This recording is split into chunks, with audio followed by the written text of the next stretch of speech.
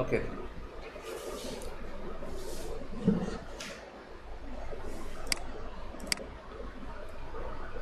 So class শুরু করলাম। আমাদের গত দুটো ক্লাস পর্যন্ত আমরা কি করছি? একদিন ইনস্টলেশন দেখছি, সেটিংগুলো দেখছি, আর একদিন কি দেখছি? আমাদের জেনারেল পেজ তৈরি করছি, হোম পেজটাকে আলাদা করছি, আর অন্য পেজগুলোকে কি করছি? আলাদা করছি না? কিন্তু অন্য পেজে গেলেও তো আমাকে ঘুরে ফিরে এটাই দেখায়। কারণ কি? সরি, অন্য পেজে গেলে ঘুরে ফিরে এটা দেখাবে না। এটা তো আমাদের স্ট্যাটিক পেজ, এখানে যেমন স্ট্যাটিক লিঙ্কগুলো করা আছে ওই জন্য দেখাচ্ছে। কিন্তু আমরা যখন খেয়াল করেন, আমরা যখন লগ ইন করবো ওয়ার্ডপ্রেসে, ডাব্লিউপি অ্যাডমিন লিখে আপনারা অ্যাডমিন প্যানেলে লগ ইন করতে পারেন, অর আপনারা লিখতে পারেন হচ্ছে wp-login.php, এই পেজে গিয়েও লগ ইন করতে পারবেন, ঠিক আছে? তবে ডাব্লিউপি অ্যাডমিন লিখলে সরাসরি এই ড্যাশবোর্ডে নিয়ে এসে রেখে দিবে আপনাদেরকে লগ ইন করার পর। যাই হোক, তো আমরা এখানে আমরা গতদিন পেজ তৈরি করছি অনেকগুলা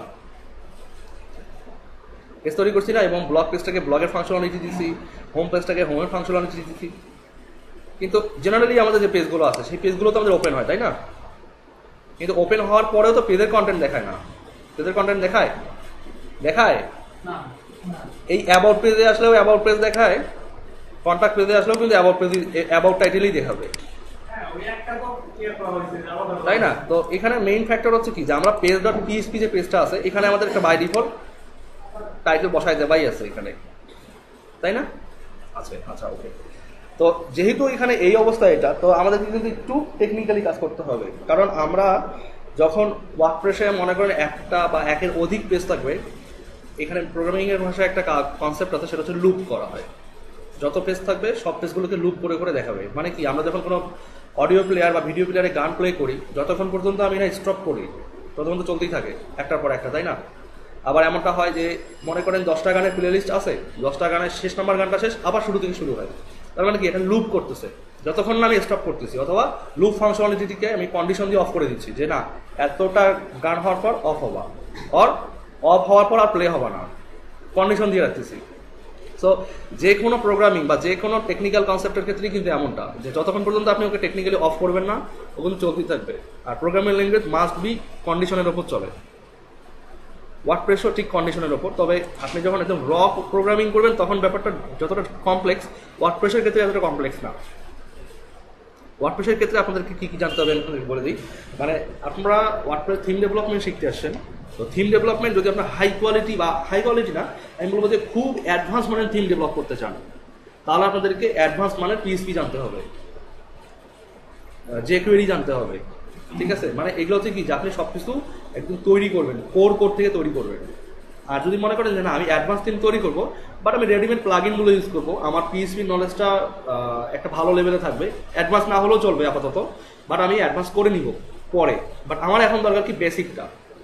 আর আমি যেগুলো আমার হাতের কাছে পাচ্ছি প্লাগইনগুলো, এগুলোর ইন্টিগ্রেশন ঘটাচ্ছি। বাট এটা কিন্তু গুড প্র্যাকটিস না অলওয়েজ।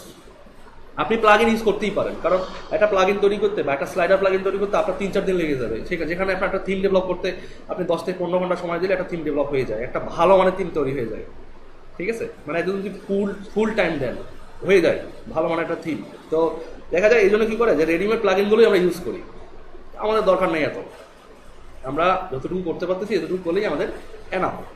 কিন্তু যখন আমরা আস্তে আস্তে আগায় যাবো সামনের দিকে, তখন কিন্তু সবকিছু আমাদেরকে নিজে করতে হবে। এবং আরেকটা জিনিস অলওয়েজ অ্যাভয়েড করবেন, কপি পেস্ট করা, অন্যের কোড কপি পেস্ট করা।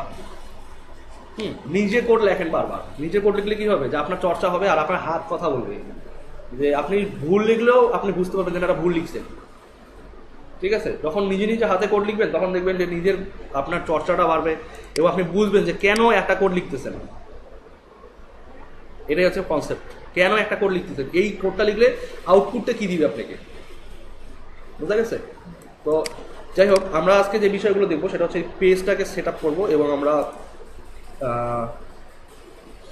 আচ্ছা আমরা কি দেখবো, আমরা স্টেপ বাই স্টেপ দেখি, আগে থেকে বলা সম্ভব হয় না, কারণ সময়ের ওপর ডিপেন্ড করে যে কতটুকু দেখাবো আমরা। তো আমরা স্টেপ বাই স্টেপ আগে শুরু করি, এগুলোকে ক্লোজ করে দিই। আমরা এই দুটোকে লগ ইন থাকা অবস্থায় আমরা প্রথমে কিছু বেসিক পিএইচপি শিখি আমরা, ঠিক আছে? এখানে আমরা একটা ফাইল তৈরি করি, অবশ্যই পিএইচপি নিয়ে কাজ করতে হলে আমাদেরকে যে কোনো নাম দিতে পারি, আমরা নাম যে কোনো ফাইলের নাম যে কোনো দিতে পারি, মনে করেন আমি নাম দিলাম হচ্ছে basic PHP colon dot PHP. এই পেজটা আমি তৈরি করলাম, আমি এটা ওপেন করলাম। এখন আমি একটা HTML ডক টাইপ নিলাম, কারণ আমার পেজের মার্কআপ দরকার আছে।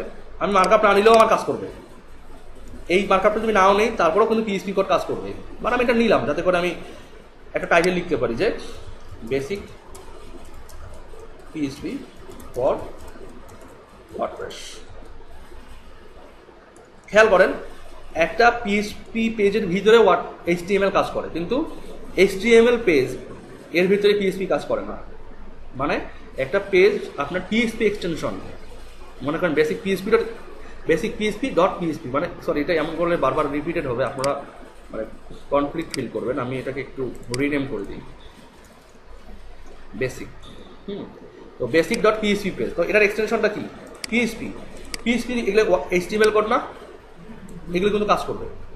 কেমন করে কাজ করবে দেখেন, আমরা লোকাল হোস্টে যাই, লোকাল হোস্ট অফিস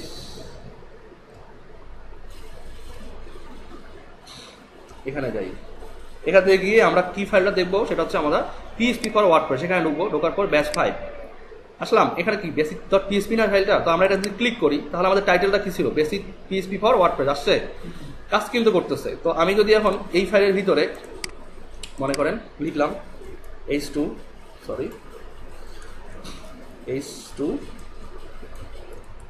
হ্যালো, কাজ করবে এখানে, লেখাটা কি আসবে, আসে না? তো পিএইচপি ফাইলের ভিতর কিন্তু HTML কাজ করে, কিন্তু HTML ফাইলের ভিতর কোনোদিনও পিএইচপি রান করতে পারবেন না। যা লিখবেন হুবহু ওইটাই ব্রাউজারে ডিসপ্লে করবে। এটা মাথায় রাখতে হবে যে HTML এক্সটেনশন যদি কোনো ফাইল হয় ওখানে পিএইচপি লিখলে কোনোদিনও কাজ করবে না।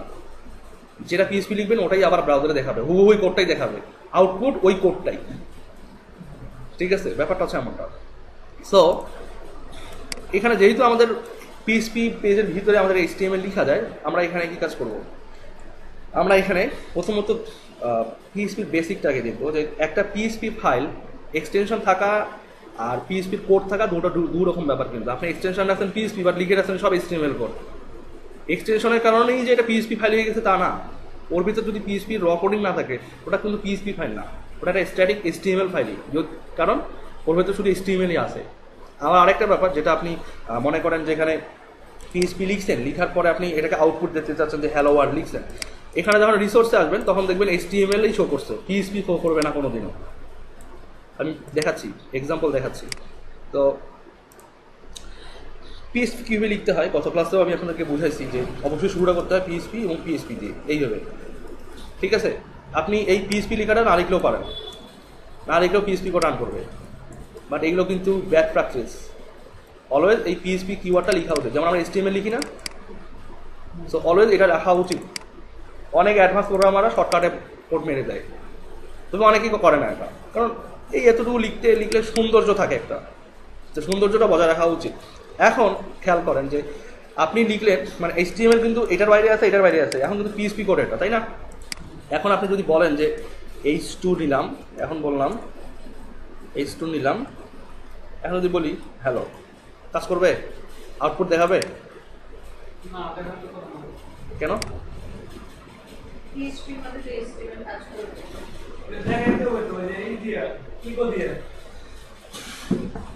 কি দেখায়? Syntax error, expected less than in line number 11 basic dot PHP পেজে।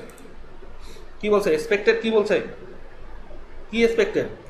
Less than. তা লেস দ্যান তো দিছি আমরা, দুটো লেস দ্যান তো আছেই। আপনি পিএইচপি ট্যাগের ভিতর সরাসরি HTML রান করতে পারবেন না, এই জন্য আপনাকে দুটো কাজ করতে হবে। হয় আপনাকে লিখতে হবে প্রিন্ট, ঠিক আছে, প্রিন্ট করতে হবে, প্রিন্ট করে এখানে লিখে দেন যে আমি চাচ্ছি যে হ্যালো লেখাটা দেখাবে,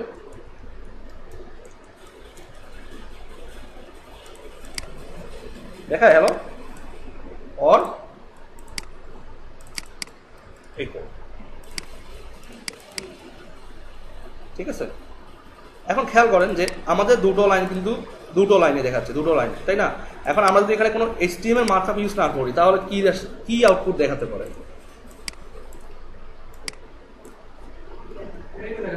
এটাই দেখাবে। এক্স্যাক্টলি লেখাটা ছোট হয়েছে, বাট পাশাপাশি লেখাটা দেখাচ্ছে। কারণ কি, আমাদের কোনো মার্কআপ নাই বাই ডিফল্ট। কিন্তু HTML এর সব ট্যাগগুলো ব্লক লেভেল এলিমেন্ট। HTML এর সব হেডিং ট্যাগগুলো ব্লক লেভেল এলিমেন্ট, মানে একটার উপরে একটা নিচে নিচে আরেকটা দেখাবে, ঠিক আছে? সো মাথায় রাখতে হবে এটা। আর যদি চান যে না আমার ব্লক লেভেল এলিমেন্ট হোক আর না হোক, আমার দুটো আলাদা আলাদা লাইনে দেখাইতে হবে, তো তখন কি করতে হবে আপনাকে? এই জাস্ট ব্র্যাকেটের ভিতরে এসে আপনাকে একটা ব্রেক ট্যাগ ইউজ করতে হবে। ব্রেক, BR দিয়ে ব্রেক ট্যাগ। এখন কিন্তু দুই লাইনে দেখাবে, ঠিক আছে? সো PHP-র ভেতর যদি আপনারা HTML ট্যাগের আউটপুট দেখাতে চান, তাহলে অবশ্যই আপনাদেরকে সিঙ্গেল কোটেশন আর ডাবল কোটেশনের ভিতরে লিখতে হবে, দেন এই কোডগুলো রান করবে, ঠিক আছে? এখন আপনি বলতেছেন যে না আমার তো এটা PHP-র ভিতরে আছে, তাহলে আমি PHP শুরু করবো শেষ করবো, এর ভিতরে আবার কিছু লিখতেও চাই, তাহলে কীভাবে করবেন? খেয়াল করেন, এটা যদি PHP ইন্ট আর PHP শুরু এখানে, এর ভেতরে আপনি আবার কিছু লিখতে পারবেন, মনে করেন H3।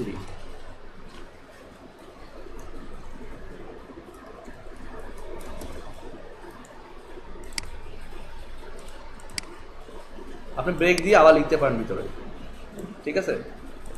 সো এগুলো হচ্ছে বেসিক ব্যাপার, যে কিভাবে আপনি একটা HTML ডকুমেন্টের ভিতরে PHP-র ভিতরে HTML-কে রান করাবেন, এবং PHP এক্সটেনশন দিয়ে আপনি HTML মার্কআপের মধ্যে পেজ রান করাতে পারবেন। এটা জাস্ট একটা বেসিক এক্সাম্পল, ঠিক আছে?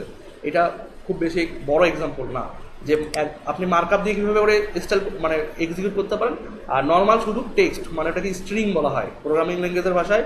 প্রতিটা টেক্সট একটা অক্ষরও টেক্সট, একটা অক্ষরও স্ট্রিং। তখনই স্ট্রিং হবে যখন আপনারা সিঙ্গেল কোটেশন আর ডাবল কোটেশনের ভিতরে লিখবেন। কোনো টেক্সট বা স্পেশাল ক্যারেক্টার বা কোনো নাম্বার যখন সিঙ্গেল আর ডাবল কোটেশনের ভিতরে লিখবেন, তখন ওটাকে বলা হয় কি?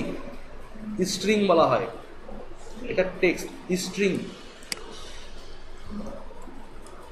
স্ট্রিং। এই যে এটা হচ্ছে ডাটা টাইপ, স্ট্রিং মানে টেক্সট ডাটা টাইপ। প্রোগ্রামিং ল্যাঙ্গুয়েজের মধ্যে অনেকগুলো ডাটা টাইপ আছে, তার মধ্যে স্ট্রিং হচ্ছে একটা ডাটা টাইপ যেটা ওকে টেক্সট হিসেবে ইন্ডিকেট করা হয়, এবং সেই স্ট্রিং ভ্যালুটা হয় হচ্ছে সিঙ্গেল আর ডাবল কোটেশনের ভিতরে। তো ওই মার্কআপটা অবশ্যই স্ট্রিংয়ের মধ্যে পড়বে না, এটা মার্কআপ পড়বে এগুলো। যাই হোক, আমরা আবার কাজে আসি। কাজে আসবো কীভাবে?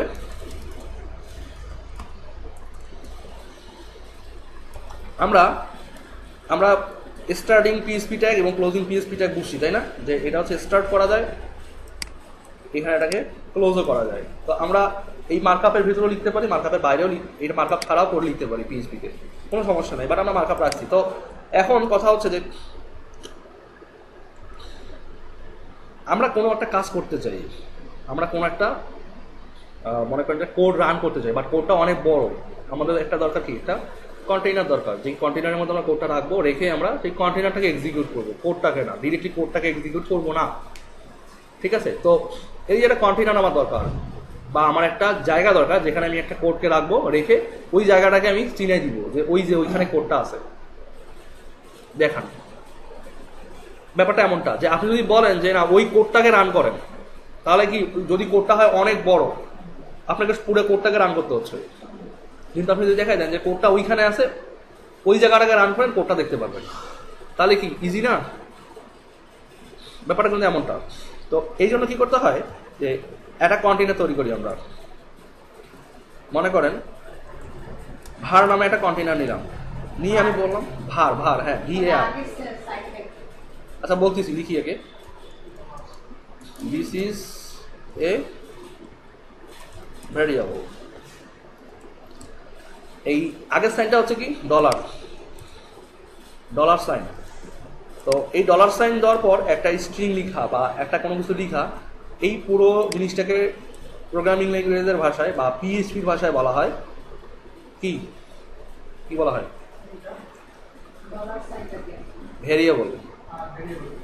ভেরিয়েবল বলা হয়। এই ভেরিয়েবলের বাংলা অর্থ কি? চলক। আমরা তো ম্যাথ করছি, আমি ভুলে গেছি, আপনারা জানেন। তো হ্যাঁ চেঞ্জেবল। তো এই ভেরিয়েবল দিয়ে আমি বললাম যে এই যে ভেরিয়েবল নিছি, এই ভেরিয়েবল ইকুয়াল এই লেখাটুকু, তার মানে কি এই ভেরিয়েবলের মানটা এইটা। তো আমি এখন যদি এখানে বলি যে ইকো কি দেখাইতে পারে বলেন তো? এইটা কিন্তু দেখাবে, দেখাইছে। আর আপনি যদি এটা না লিখেন, এখন কি দেখাবে? ওটাই দেখাবে, অথবা এইভাবে। একই জিনিস কিন্তু আউটপুট একই, কিন্তু লিখার সিস্টেমটা আলাদা। কিন্তু সহজ কোনটা? এটা লিখে নিচে আউটপুট দেখানো। তখন কি হবে যে আমি যদি এখানে বলি this is not a variable দিলাম, চেঞ্জ হয়? চেঞ্জ হয় না? নট তো আসলো, চেঞ্জ তো হইলো, চেঞ্জেবল তো চেঞ্জ তো হয়েছে, কিন্তু আমি কি এখানে চেঞ্জ করছি? কিছু করিনি। সো ভেরিয়েবল মানে কি? চলো, ভেরিয়েবল মানেই পরিবর্তন করতে হবে, পরিবর্তন হবে, কিন্তু সব ক্ষেত্রে ভেরিয়েবল পরিবর্তন হয় না, ঠিক আছে? কিছু ভেরিয়েবল থাকে ফিক্সড, মানে স্ট্যাটিক থাকে, কিছু ভেরিয়েবল থাকে কি ডায়নামিক্যালি চেঞ্জ হয়ে যায়। এগুলো অনেক অ্যাডভান্স প্রোগ্রামিং কনসেপ্ট, এগুলো বুঝতে হলে আপনাদেরকে সেই লেভেলে যেতে হবে। তো আমি সেই লেভেলে আপনাদেরকে নিয়ে যেতে চাচ্ছি না, আপনারা তো বুঝতে চাচ্ছি যে ভেরিয়েবল হচ্ছে একটা কন্টেইনার যেখানে আমরা বিভিন্ন তথ্য দিতে পারি। এখানে আপনি এগুলো দিতে পারেন, আপনি 1 2 3 4 5 দিতে পারেন, সবগুলো মিলেই কিন্তু স্ট্রিং। দেখেন সবগুলো মিলেই কিন্তু স্ট্রিং ডাটা। এখানে আপনি ভার লিখছেন এইটা, এখন আপনি যদি বলেন যে না স্ট্রিং আছে, এরপর কি আছে? কি আছে এরপর বলেন তো?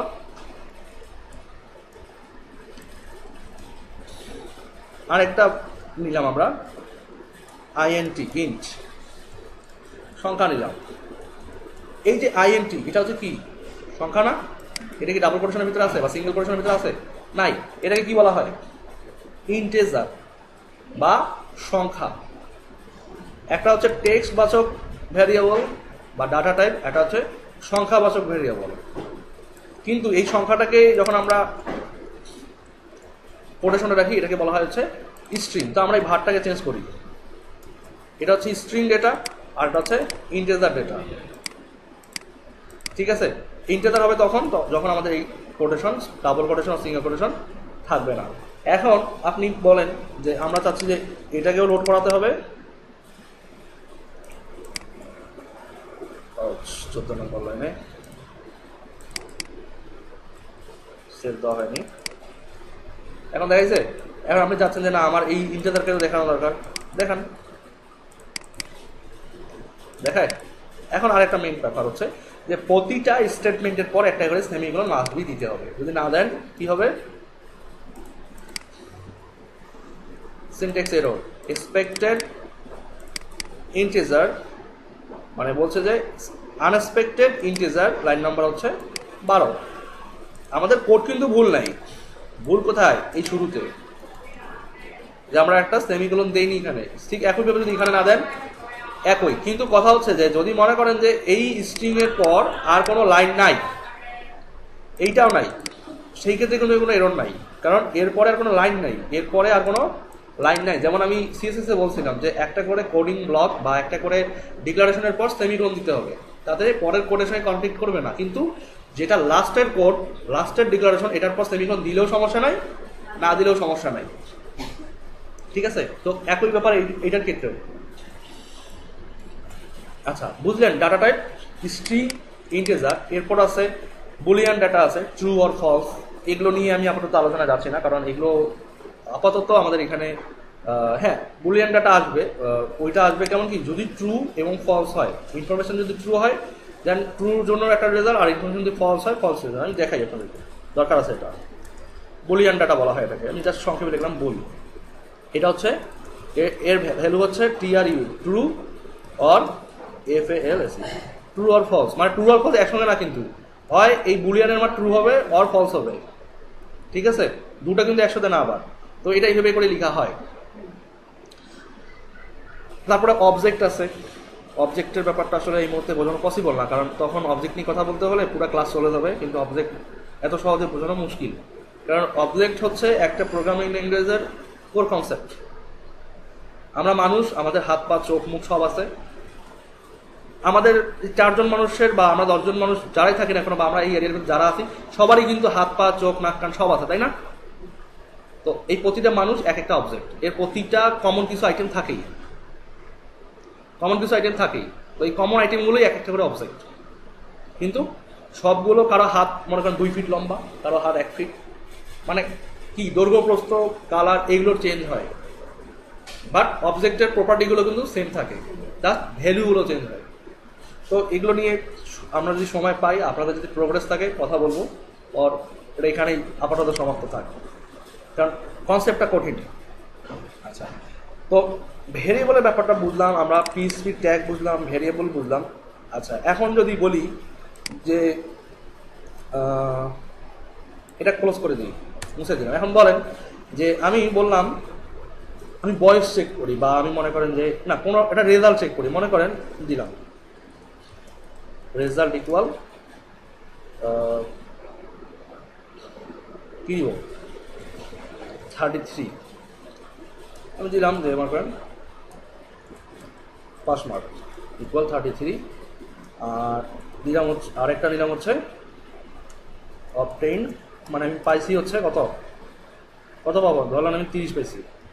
এখন বললাম আমি এখন কন্ডিশন দিব যে পাশের মার্ক তো 33, যদি 33 বা তার উপরে পাই আমি পাস করছি, যদি তার নিচে পাই তাহলে আমি ফেল করছি। সো এখানে কি বলবো যে যদি ইফ, এটা হচ্ছে কন্ডিশন পিএইচপি, ইফ দেওয়ার পর এই ভিতরে লিখতে হচ্ছে কন্ডিশনটা, যদি এখানে কন্ডিশন ট্রু হয় তাহলে কি হবে, এই ভিতরের ব্লক রান করবে, রান দা কোড, এমন করে ইফ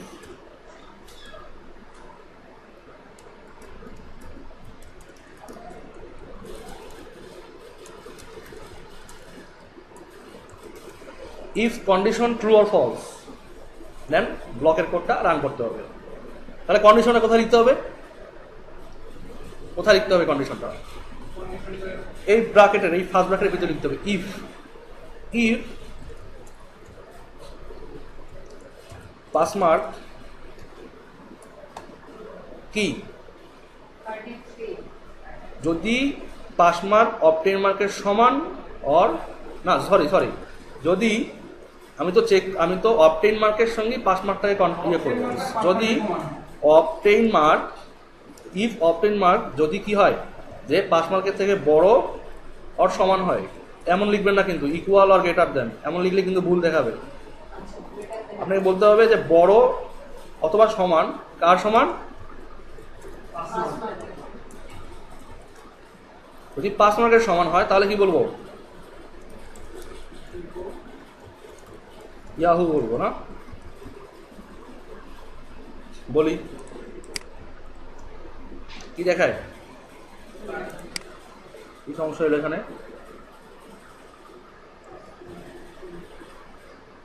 ও দাঁড়ান,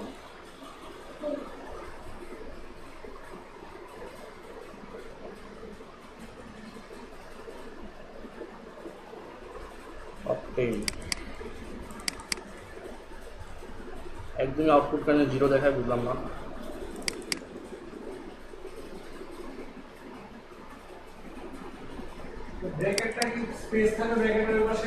হ্যাঁ স্পেস, স্পেস কোনো প্রবলেম না, হোয়াইট স্পেস কোনো সমস্যা করে না, কিন্তু এখানে আউটপুট স্পেস সমস্যা না, স্পেস সমস্যা না, কোনো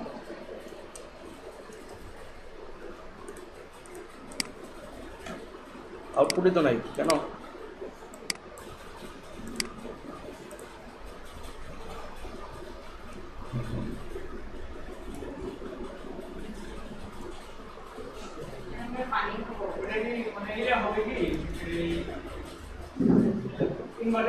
হ্যাঁ রাকিব ভাই কি বললেন, কোনটা ভিতরে হবে,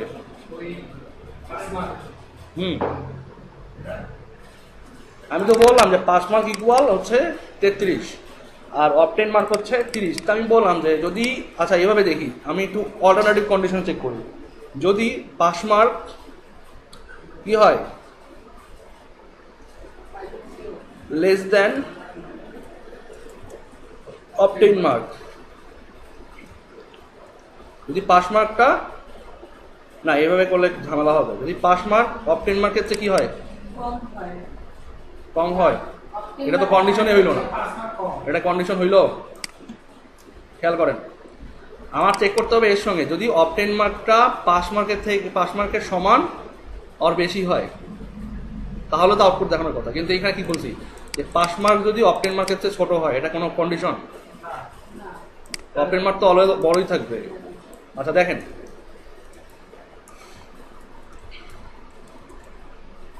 যদি পাস মার্ক কি হয় equal double equal obtain mark হয়, এটা হচ্ছে কম্পেয়ার করা। সিঙ্গেল কোটেশন মানে সিঙ্গেল ইকুয়াল মানে কি? সিঙ্গেল ইকুয়াল হচ্ছে কি অ্যাসাইনমেন্ট, অ্যাসাইন করা। এখানে পিএসপিতে অপারেটর আছে, অ্যাসাইনমেন্ট অপারেটর আছে, তারপর হচ্ছে আপনার অ্যারিথমেটিক অপারেটর আছে, তারপর হচ্ছে আপনার কি কম্প্যারিজন অপারেটর আছে। কম্প্যারিজন অপারেটর কয়েক ধরনের, দুটা। ডাবল কোটেশন হচ্ছে কি যে শুধু দেখবি যে মানটা সমান কিনা, ঠিক আছে। আর ট্রিপল ইকুয়াল যেটা, সেটা হচ্ছে মান এবং ডাটা টাইপ দুটোই সমান কিনা।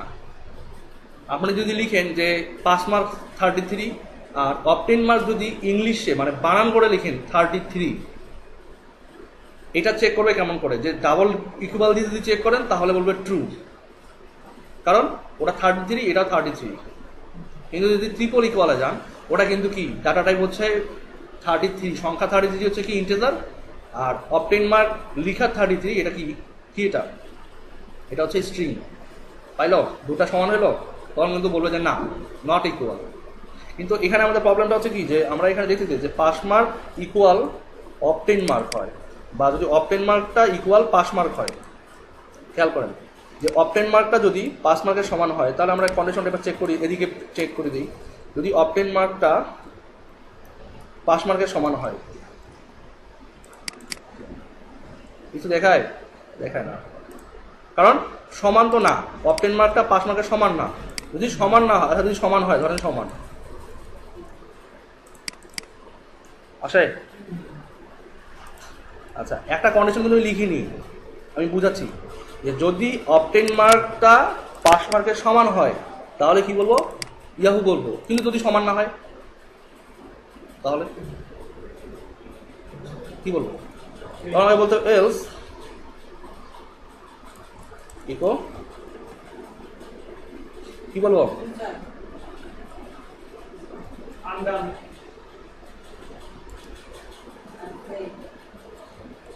আমি লিখলাম আদু ভাই, লিখলাম। আচ্ছা পার্স এরর 18।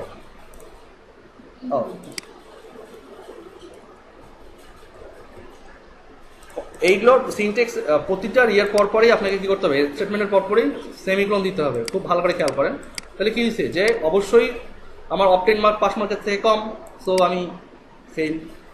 ঠিক আছে, যাই হোক, এখন কথা হচ্ছে যদি ইকুয়াল হয় তখন কি? যদি ইকুয়াল হয়, এখানে বলছি যদি যদি ইকুয়াল হয় তাহলে বলছি পাস করছি আমি, আর যদি না হয় তাহলে মানে এটা হচ্ছে কি যদি কন্ডিশন নাই মিলে তাহলে বলবে যে আই এম ফেল বলবে। এখন আরেকটা ব্যাপার চেক করে দেখেন, এখানে এটা কিন্তু আমরা কি করলাম যে দুটাকে কম্পেয়ার করলাম যে অবটেইন মার্কটা যদি পাস মার্কের সমান হয় তাহলে ইয়াহু অথবা নাই। এখন কথা হচ্ছে যদি পাস মার্কের থেকে কি হয়, অবটেইন মার্কটা পাস মার্কের থেকে বড় অথবা সমান হয় তাহলে ওই একই রেজাল্ট দেখাবে। আচ্ছা সরি, এই যে আমার তো ফেইল আছে, আমরা 33 দিই, পাস করছি। কিন্তু খেয়াল করেন যদি অবটেইন মার্ক 101 হয়, পাস মার্ক হচ্ছে কত 33, বাট পাইছি কত আমি 101। পসিবল? বললাম যে অবটেইন মার্ক যদি পাস মার্কের থেকে বড় মানে সরি ইকুয়াল আর বড় হয় তাহলে, এবং আমি বলি হ্যাঁ তাহলে কি আছে, এটা ঠিক আছে যে ইয়াহু দেখাবে। আর যদি কম হয় এখানে আমি দিতে পারি এলস ইফ যদি আমার অবটেইন মার্ক যদি কি হয় less than or less than হয়, লেস দেন কি হয় পাস মার্ক, তাহলেই তো আমি ফেল। এখন কিন্তু কন্ডিশনটা রাইট যে অবটেইন মার্কটা যদি আমার পাস মার্কের থেকে কম হয় তাহলে আমি ফেল। এখানে কন্ডিশন যদিও চেক করার প্রয়োজন পড়ে না, বাট আমি এখানে চেক করে আপনাদেরকে দেখালাম। আচ্ছা এখানে বেশি আছে কারণ 101 আছে, আমি দিলাম 10, ঠিক আছে, আমি ফেল। এখন কথা হচ্ছে যদি 100 মানে আনএক্সপেক্টেড মার্ক আসে, আনএক্সপেক্টেড যদি মার্ক আসে তো এখানে আমরা এটাকে এলস কন্ডিশনেই রাখি। ও সরি, এলস দিলে কিন্তু ওর ভিতরে কোনো কন্ডিশন হয় না, এলস হচ্ছে সবার শেষ, মানে যদি কোনো রেজাল্ট না থাকে তাহলে এটা দেখাবে, মানে কোনো কন্ডিশনই যদি সত্য না হয় তাহলে সে এলস ব্লকটা রান করবে। আর এখানে আরেকটা ব্যাপার বলি, সেটা হচ্ছে ইকো শেষ করি, এখানে আরেকটা আমরা এলস ইফ রাখি। এলস ইফ কি দিব, যদি বলি আচ্ছা এলস ইফ এখানে ব্র্যাকেট দেই, আমরা লিখি যে যদি অপটেইন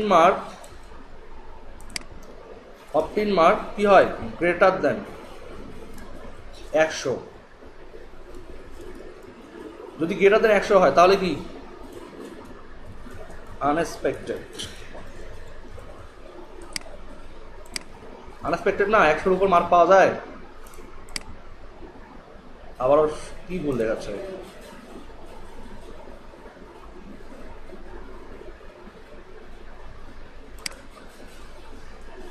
ও সরি, আমাদের ব্লক হবে সেকেন্ড ব্র্যাকেট, ফার্স্ট ব্র্যাকেট না, এবং এখানে ব্লক দুইটা পড়ে গেছে, একটা ব্লক হবে এইটাতে ফাঁকা করে দেখাই তাহলে আপনাদের বুঝতে সুবিধা হবে। এখন বোঝা যায়, ক্লিন আছে এখন, ঠিক আছে।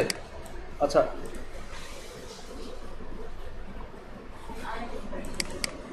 আচ্ছা আনএক্সপেক্টেড দেখাই না, যদি অপটেইন মার্ক 100-র বেশি হয়। আচ্ছা এখানে মানে ঝামেলা হয়েছে, কারণ কি আমাদের এখানে তো অলরেডি আমরা বলেই দিছি যে যদি অপটেইন মার্কটা পাস মার্কের বেশি হয় তাহলে ইয়াহু দেখাবে। তো এখানে তাহলে কন্ডিশনটা অন্যভাবে চেক করতে হবে। এখানে ওয়েট করেন,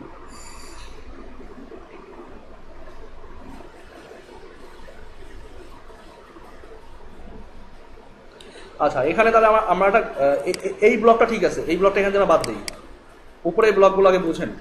আমি বলি যদি অপটেইন মার্ক কি হয় greater than or equal to হয় পাস মার্ক, তাহলে আমাদের রেজাল্ট দেখাবে হচ্ছে ইয়াহু বলবে মানে পাস।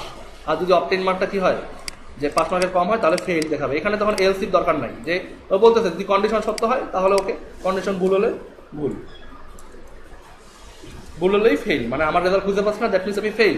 কিন্তু আমরা যদি এখানে মাল্টিপল কন্ডিশন চেক করতে চাই, মাল্টিপল কন্ডিশন একটা ব্লকের ভিতরে, বাদ দেন এটা না, এখানে লিখি আমরা যে যদি obtain mark greater than or equal to pass mark হয় অ্যান্ড এটা হচ্ছে অ্যান্ড সাইন, ঠিক আছে। তো অ্যান্ড সাইন যখন আপনারা লিখবেন, আচ্ছা কমপ্লেক্স হয়ে যাচ্ছে মনে আপনাদের জন্য মেবি, তাই না?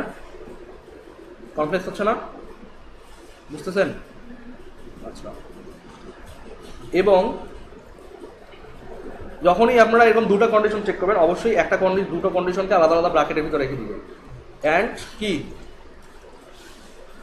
যদি obtain mark greater than or equal to pass mark হয় এবং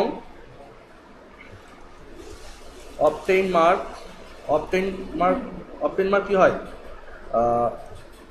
লেস দেন কত 100, অপটেইন মার্ক যদি লেস দেন 100 হয় তাহলেই বলবে কি ইয়াহু এ বলবে। কিন্তু যদি 100-র উপর হয়, আচ্ছা এই পর্যন্ত কিন্তু কন্ডিশন আমাদের এখনো কিন্তু ট্রু, ঠিক আছে।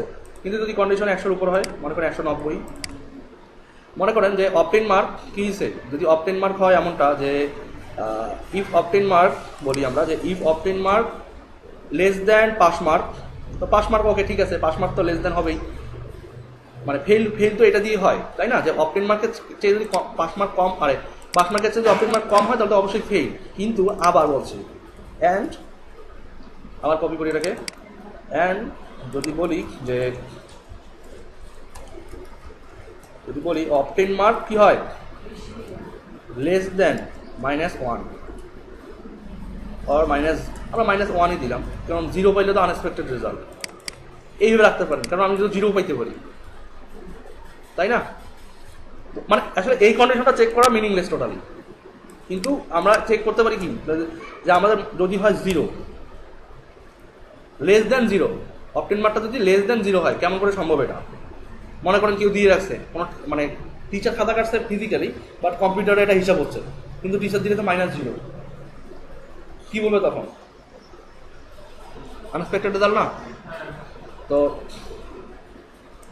And it's maybe unexpected.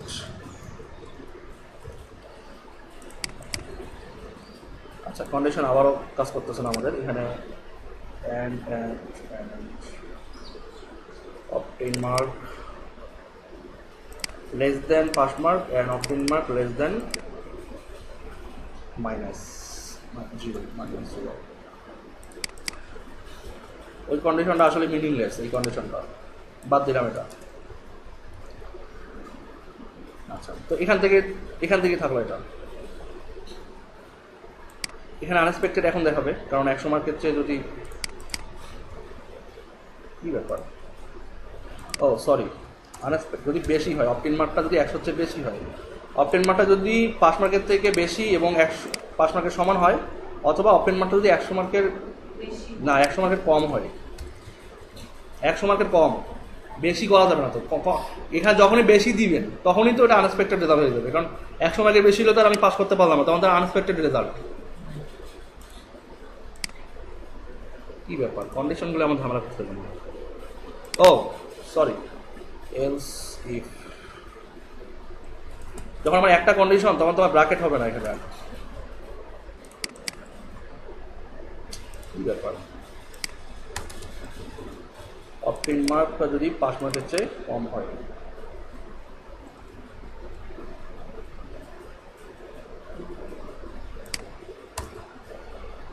এই ঝামেলা করতেছে আজকে।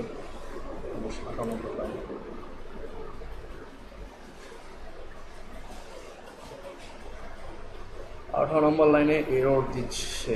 18 নম্বর লাইন ঠিকই তো আছে আমাদের। 18 নম্বর লাইনে কি প্রবলেম হতে পারে?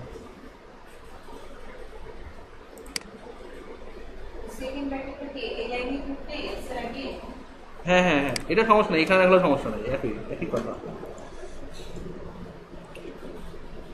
এখানে বলতেছে 18 নম্বর লাইনের প্রবলেম, কিন্তু আমাদের 18 নম্বর লাইনে কোনো প্রবলেমই দেখতেছি না। সিনট্যাক্স এরর, আনএক্সপেক্টেড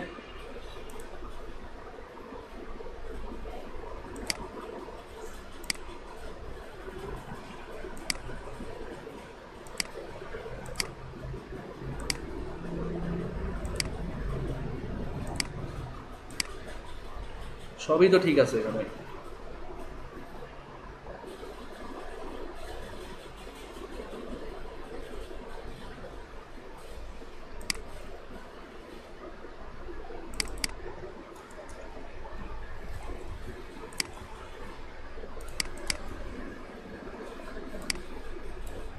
আঠারো নম্বর লাইনে এরো, 18 নম্বর লাইনে এরো কি পাইল?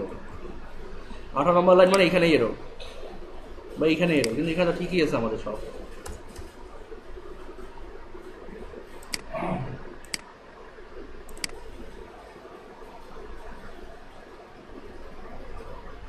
ওহো, এলস দিলে তো আর কন্ডিশন নাই এখানে। এলসে কোনো কন্ডিশন চেক হয় না, একটু আগে তো বললাম যে এলসে কোনো কন্ডিশন চেক হয় না। ওটা কি, যে কোনো রেজাল্ট নাই মিনস এলস। ঠিক আছে, এখন ঠিক আছে, দেখেন এখন ঠিক আছে। তো এই কনসেপ্টগুলো মাথায় রাখতে হবে। আমি একটু আগে বলছি বাট নিজেই ভুলে গেছি যে এলস যখন হবে তখন এলস ব্লকে কাজ করবেন, এলস ইফ না, যখন এলস ব্লক তখন কোনো কন্ডিশন চেক হবে না। তো আমরা কি করছিলাম যে এটা এইভাবে রেখে দিচ্ছিলাম, কিন্তু কাজ করতেছিল না, কারণ আমরা এখানে এলস ইফ বলিনি। এলস ইফ যদি এমন হয় তাহলে রেজাল্টটা ফেল দেখাবে। আর যদি মনে করেন যে আবার এলস, যদি কোনো কিছুই না হয় তাহলে এলস বলবে রেজাল্ট নট ফাউন্ড। কিন্তু অ্যাকচুয়ালি এই এলস ব্লকটা রান করবে না কখনোই, কারণ আমাদের অলওয়েজ এই ব্লকে এসে আটকা যাবে। ঠিক আছে, সবাই খেয়াল করেন প্লিজ, কারণ আমাদের রেজাল্টটা যদি ফেল হয় তাহলে এই ব্লকে এসে আটকায় যাবে, এই ব্লকে কখনোই আসবে না, কারণ আমাদের কিন্তু রেজাল্টটা এখানে অন্যরকমভাবে তৈরি করা আছে। আমরা যদি বলি হয় এই ব্লকটা কাজ করতে হবে আর এই ব্লকটা কাজ করবে, আমি যদি এই ব্লকটা না রাখি তাহলে এই ব্লকটা রান করবে, আর যদি এই ব্লকটা না রাখি তাহলে এই ব্লকটা রান করবে। দেখেন এই ব্লকটা রাখলাম, তার মানে কি আমি এখানে কোনো কন্ডিশন দিইনি যে রেজাল্ট যদি অপটেন মার্ক যদি 33-এর কম হয়। আমি কি বলছি যে অপটেন মার্ক 33-এর কম? বলছি কোথাও? বলিনি কিন্তু। তো তারপরেও কিন্তু রেজাল্ট নট ফাউন্ডই বলবি, দেখেন, ঠিক আছে। আবার যদি ঘুরে এটা বলি যে এটা না, এবার অপটেন মার্ক বলছি, তো অপটেন মার্ক পাস মার্ক ক্ষেত্রে যদি কম হয় তাহলে এই আউটপুটটা দেখাবে, নট ফাউন্ড। আমি চাচ্ছি যে আমার এলস ব্লক না, আমার এলস ব্লক নাই, আমার এই ব্লকটা আমি বলে দিচ্ছি কন্ডিশন যে অপটেন মার্ক যদি পাস মার্কে কম হয় তাহলে বলবে যে I am fail but it's may be unexpected, ঠিক আছে। তো কন্ডিশন চেক করতে গেলে মানে আগে আপনাদেরকে ইয়ে করতে হবে, আপনার মাথায় মধ্যে ব্লু প্রিন্ট থাকতে হবে আপনি কীভাবে কন্ডিশনটা চেক করতেছেন। কারণ এখানে যদি কন্ডিশনে মনে করেন যে equal sign, greater than, less than sign ভুল করে দেন, ওই ব্লকটা কিন্তু রান করবে না। যেমন আমি এলস ইফ লিখছি, মানে সরি এলস লিখছি, কিন্তু আমি এখানে আবার কন্ডিশন দিয়ে রাখছি, তো ওইটা তো ইনভ্যালিড কোড।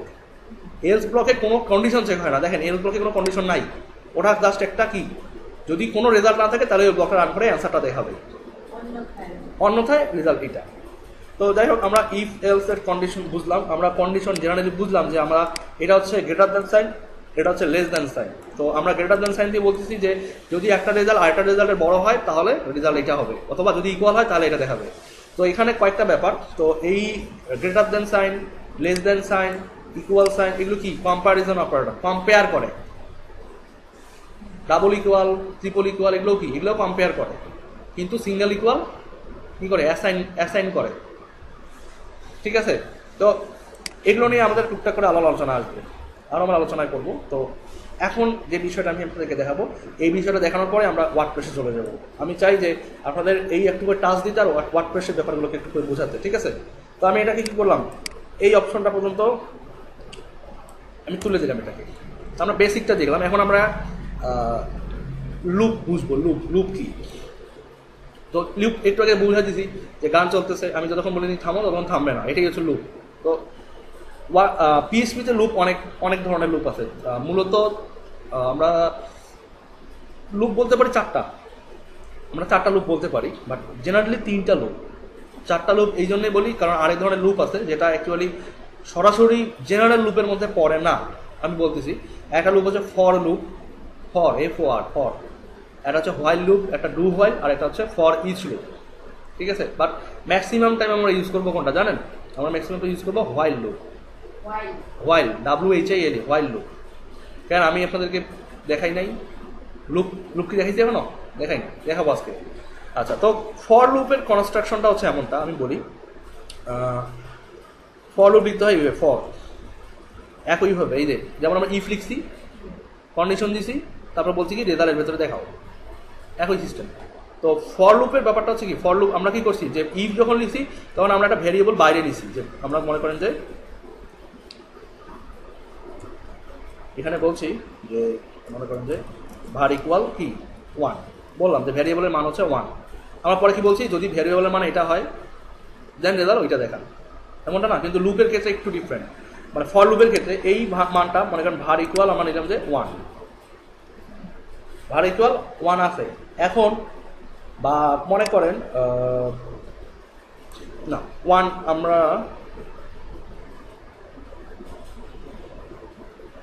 নিলাম 20 নিলাম, মনে করেন যে ভ্যারিয়েবলের মান হচ্ছে 20। আমরা চাচ্ছি যে যতক্ষণ পর্যন্ত 20 বা 20 সমান হবে না ততক্ষণ পর্যন্ত আমাদের একটা লুপ রান করতেই থাকবে। তো কি করবো আমি বললাম যে যতক্ষণ পর্যন্ত ভার মানে ভ্যারিয়েবলের মান কি হবে না,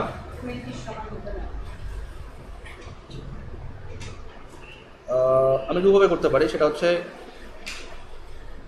less than, equal or less than. যতক্ষণ পর্যন্ত ভ্যারিয়েবলের মান 20 অথবা 20-এর চেয়ে কম হবে না ততক্ষণ পর্যন্ত কি করবে। আচ্ছা, আরেকটা কন্ডিশন এখানে দেখি, মনে করেন আমি 1 দিলাম, আবার খেয়াল করেন আমি বললাম যে ভ্যারিয়েবল, এটা ইজিলি বুঝেন, ভ্যারিয়েবলের মান দিলাম 1, ঠিক আছে। তো 1 দিলাম, আমি বলতেছি যে ভ্যারিয়েবলটা ততক্ষণ পর্যন্ত রান করবে বা লুপটা ততক্ষণ পর্যন্ত রান করবে যতক্ষণ পর্যন্ত ভ্যারিয়েবলের মান কি হবে 20 অথবা 20-এর চেয়ে কম হবে না। কতক্ষণ পর্যন্ত হবে না, 20 অথবা 20-এর চেয়ে কম থাকবে না। অথবা আরেকটা করতে পারি যে যতক্ষণ না গ্রেটার দেন দিলে হবে না, আমরা ইকুয়াল দিই, ইকুয়াল, লেস দেন আর ইকুয়াল। এই কন্ডিশনগুলো কিন্তু খুব কমপ্লেক্স, না বুঝলে কিন্তু লুপ রান করবে না। তো বললাম যে ভারের মান হচ্ছে 1, তো ভার ততক্ষণ পর্যন্ত রান করবে ততক্ষণ পর্যন্ত 20 অথবা 20-এর চেয়ে কম হয়নি। দেন বলতেছি কি ভার প্লাস প্লাস ইনক্রিমেন্ট করতেছি। এখন ইকো বলতেছি কি ইকো করবো ভারটাকে। তার মানে এখন ভারকে দেখেন কতক্ষণ পর্যন্ত দেখাবে, যতক্ষণ পর্যন্ত 20 অথবা 20-এর সমান অথবা 20-এর কম হয় নাই। আচ্ছা পার্স এরো 13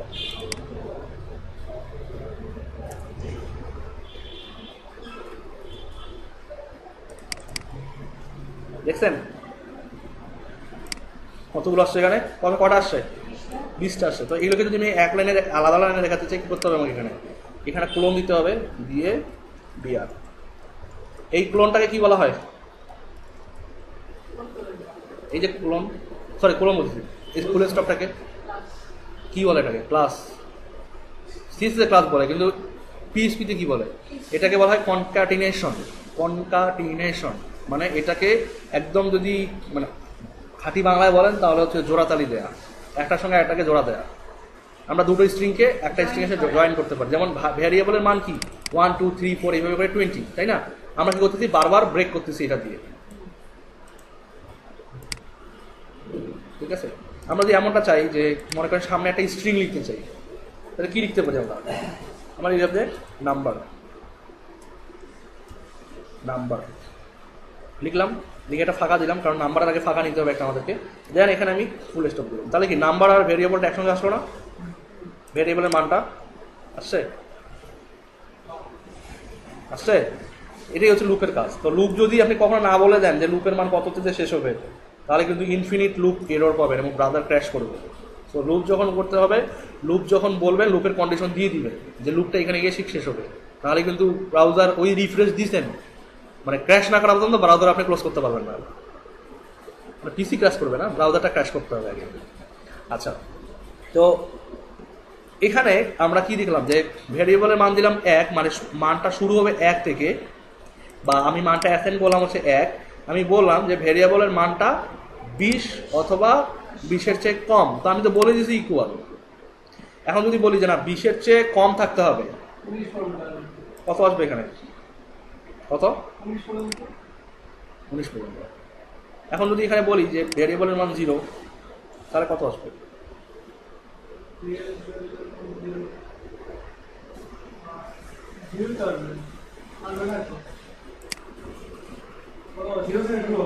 হ্যাঁ মানটা তো দিয়েছেন এখানে, মানে আপনি শুরু করছেন তো 0 থেকে। আপনি মান দেয়া মানে কি, শুরু করলেন এখান থেকে। তো যদি আমি বলি যে আমি মান দিলাম 10, তার মানে মান আমার ভ্যারিয়েবল তো মান অ্যাসাইন করে দিছি আমি অলরেডি, যে ওর মান হচ্ছে 10, ও ততক্ষণ পর্যন্ত চলবে ততক্ষণ পর্যন্ত 20-এর চেয়ে সে ছোট থাকবে। এখন কি 10 থেকে 19 পর্যন্ত আসছে, মানে ব্যাপারটা বোঝেন, আমি তো মান দিয়েই দিছি একটা, যে এইটা হচ্ছে ওর স্টার্ট আপ, বা এই মানটা ও ধারণ করতেছে, তো ও কতক্ষণ পর্যন্ত রান করবে, যতক্ষণ পর্যন্ত 20-এর চেয়ে কম থাকবে। আর এইটার মানে হচ্ছে কি ইনক্রিমেন্ট করা, মানে একটা একটা করে মান বাড়ানো, 10 11 12 এইভাবে করে। আর যদি মাইনাস দেই কমবে, সত্যি কমবে, তাহলে কি দিতে হবে এখানে, এখানে দিতে হবে 20, আর এখানে থাকতে হবে 10, এখানে হবে, এখানে দিতে হবে বড়। ভেরিয়েবলের মান 20, আমি বলছি কি ভেরিয়েবলটা 10-এর অবশ্যই কি 10-এর চেয়ে বড় থাকবে, 10-এর চেয়ে বড় থাকবে, এবং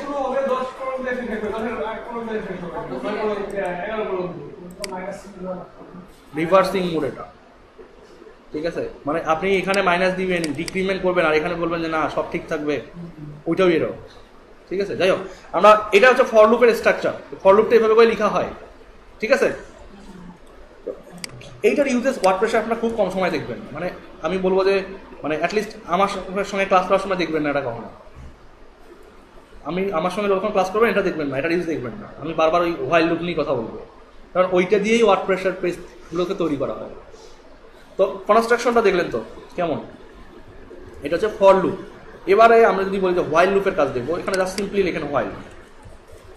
আর হোয়াইল লুপ আর ফর লুপের পার্থক্যটা হচ্ছে জাস্ট এইটার ভ্যারিয়েবলটা মানটা অ্যাসাইন করা হয় বাইরে, দেন এইটাকে কন্ডিশনটা চেক করা হয় ভিতরে, আর ইনক্রিমেন্ট করা হয় কি জাস্ট আউটপুটের পরে। রেজাল্ট দেখেন তো। আচ্ছা সরি, আবারও ভুল হয়েছে, লাইন নাম্বার 16-তে না, 16 ওই যে কমা সেমিকোলন দিই। রেজাল্ট কি সেম? আর এই কনস্ট্রাকশনটা আলাদা। এখন যদি বলি এখানে যে আমার ভ্যারিয়েবলের মান হচ্ছে মনে করেন 1, আবারও 1 নিলাম, অবশ্যই লেস দেন থাকতে হবে, আর এটা হচ্ছে প্লাস প্লাস। একই রেজাল্ট কিন্তু, আউটপুট একই, কিন্তু কনস্ট্রাকশনটা আলাদা। আচ্ছা, ফর ইচ লুপ এখন দেখাবো না। ডু হোয়াইল লুপের কাজ আমি আমার চোখে পড়ে নাই ওয়ার্ডপ্রেসে, মানে আমার চোখে ডু হোয়াইল লুপের কাজ ওয়ার্ডপ্রেসে আমি দেখিনি এখনো, সো আমিও দেখাতে চাচ্ছি না বা দেখাতে পারবো না ওটা। আর ফর ইচ লুপের কাজ ওয়ার্ডপ্রেসে আছে, কিন্তু ওটা অনেক অ্যাডভান্স কাজগুলোতে গিয়ে লাগে। তো আমি তারপরেও দেখাবো আপনাদেরকে, বাট ওটা নেক্সট ক্লাসে, আজকের ক্লাসে না। তো আজকের ক্লাসটা আমি এ পর্যন্তই, মানে পিএইচপির পার্টটা এই পর্যন্তই রাখলাম। এখন আমরা কী করবো, ওয়ার্ডপ্রেসে চলে যাবো, কারণ আমাদের অনেক কাজ বাকি আছে। ঠিক আছে, এ পর্যন্ত আমার কোশ্চেন থাকলে বলেন। নাই, সব বুঝছেন? ওকে।